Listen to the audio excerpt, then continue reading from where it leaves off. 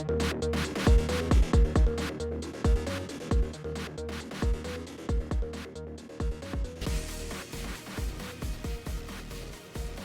everybody, Ian, Starship Adventures, back for another product review, and this time it's the Quansheng. I gotta tell you, I like this radio. This is the first Quansheng device that I've owned, and so far I'm fairly happy with it.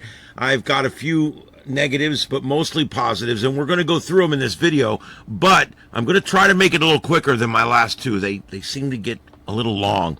This is the Quansheng UVK5, and it's very similar to the UVK6, and there's several other variants of the K5 as well.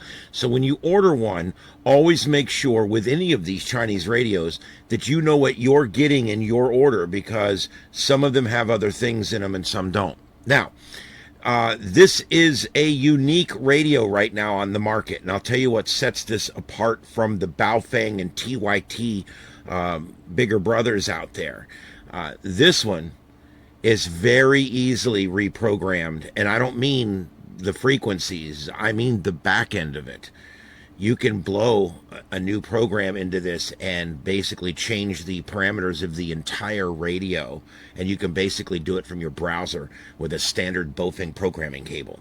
So this is something that is a little bit of a game changer here.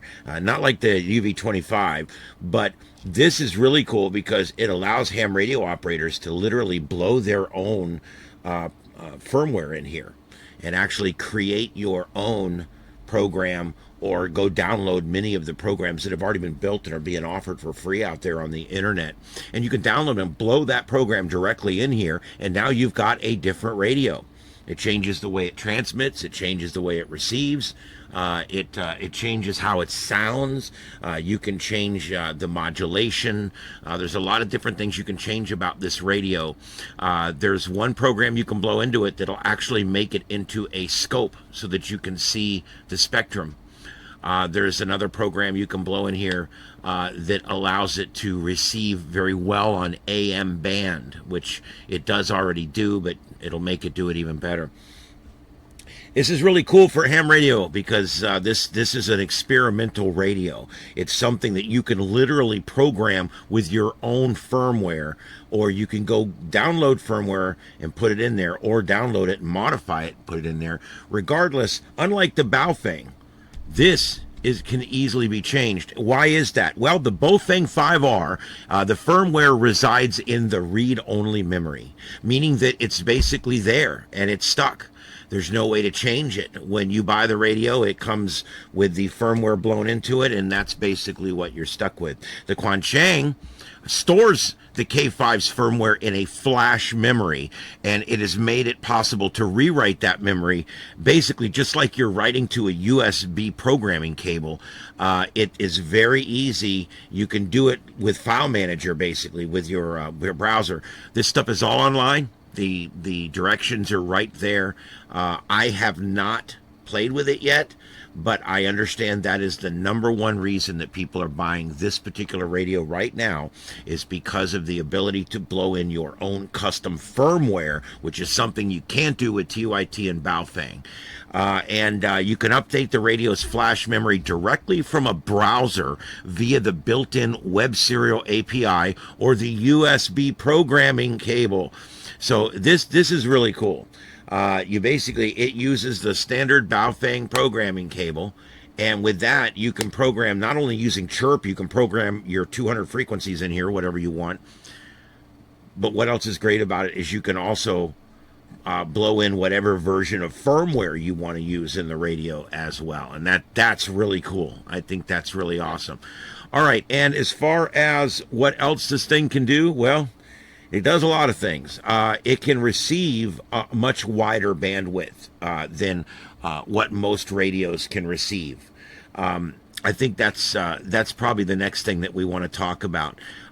Now, they're supposedly working on sideband modifications for these, so they'll receive sideband. Like I said, I haven't played with that yet, but it does for sure receive AM band, the AM aircraft or I should say the aircraft band, and it receives it in AM, and it receives FM broadcast radio. It receives VHF, UHF through most of all the bands.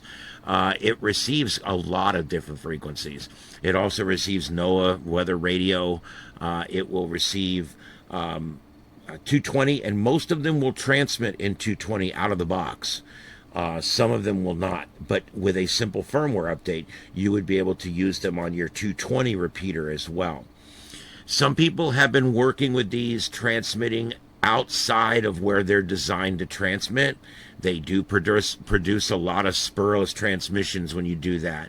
I recommend not doing that, but you know, it's an experimental radio, so have at it. I've also, I know somebody already that has been able to modify one of these to receive SSTV.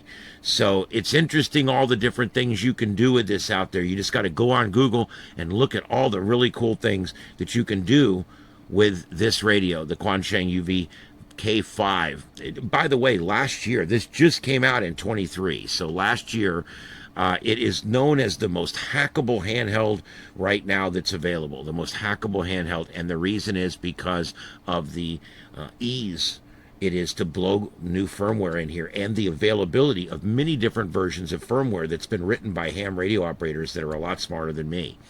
That's awesome. There's some different things. One mod installs a fairly sophisticated graphic spectrum analyzer. There's one mod in there I saw that where it'll let you adjust the bandwidth. There's one that allows you to set thresholds and tuning that detects peaks automatically, things like that. There's also one that will you can blow in firmware that will have it ignore certain bands of frequencies as well.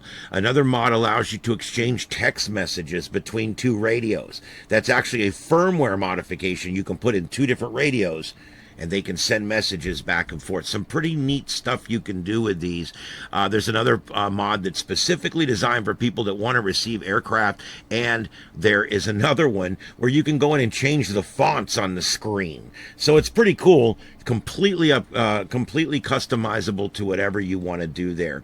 Has 48 function settings, has boot password protection, some different things, so you can protect it from the kids using it, and it puts out about 5 watts.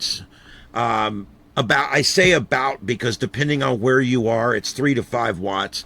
I feel that it puts out pretty well.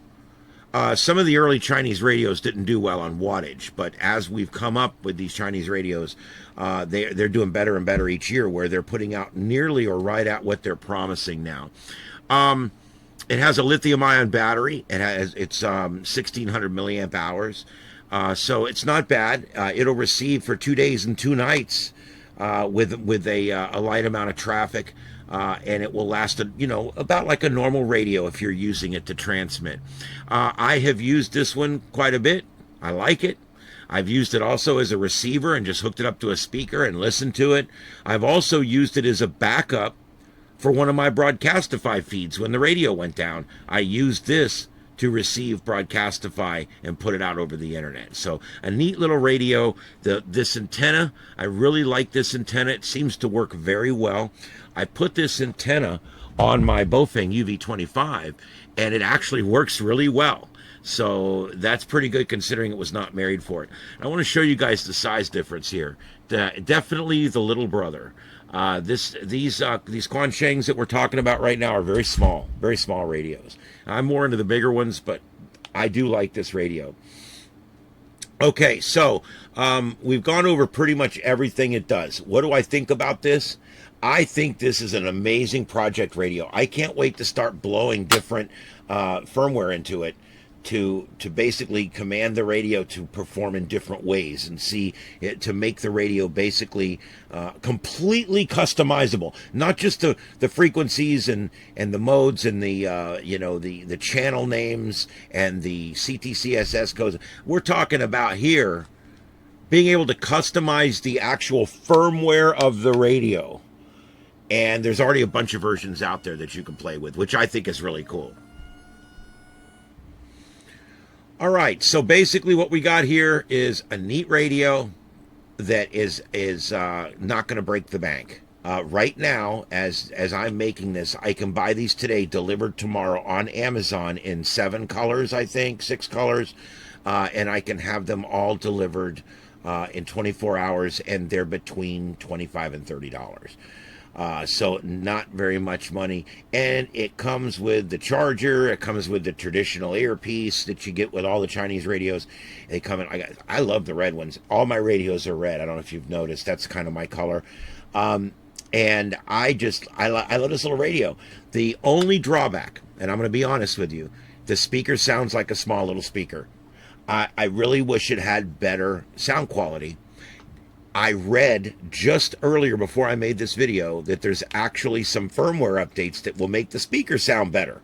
So I can't wait to start playing with that, because I might even be able to fix my one big problem with this radio, which is just that the speaker sounds a little like an old scanner. It's not really that robust sound that you get out of some two-way radios. And that would be my only real complaint about this radio.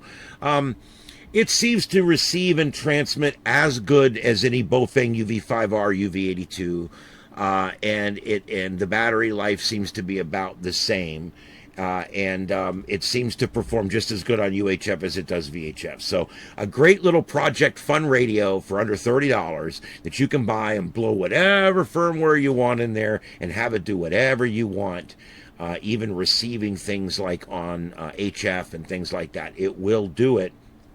It will also go well up above 400 megahertz, well up above that, and receive as well. And I haven't even played with any of that yet. So I'm looking forward to all the cool things that this radio will do. And so that's basically what I have today. The Quansheng. I like it. I think it's cool. It's one of the hot radios out there right now because of its cheap price and because of the amazing ability to blow in your own firmware. That's the Quansheng UVK5.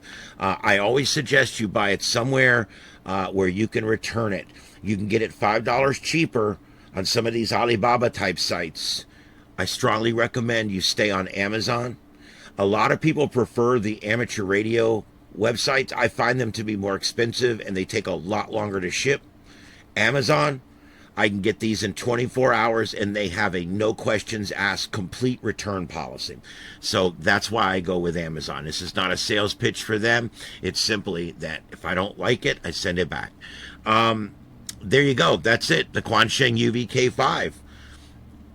If you don't mind the speaker sounding just a little tinny and airy, I think it's a great radio.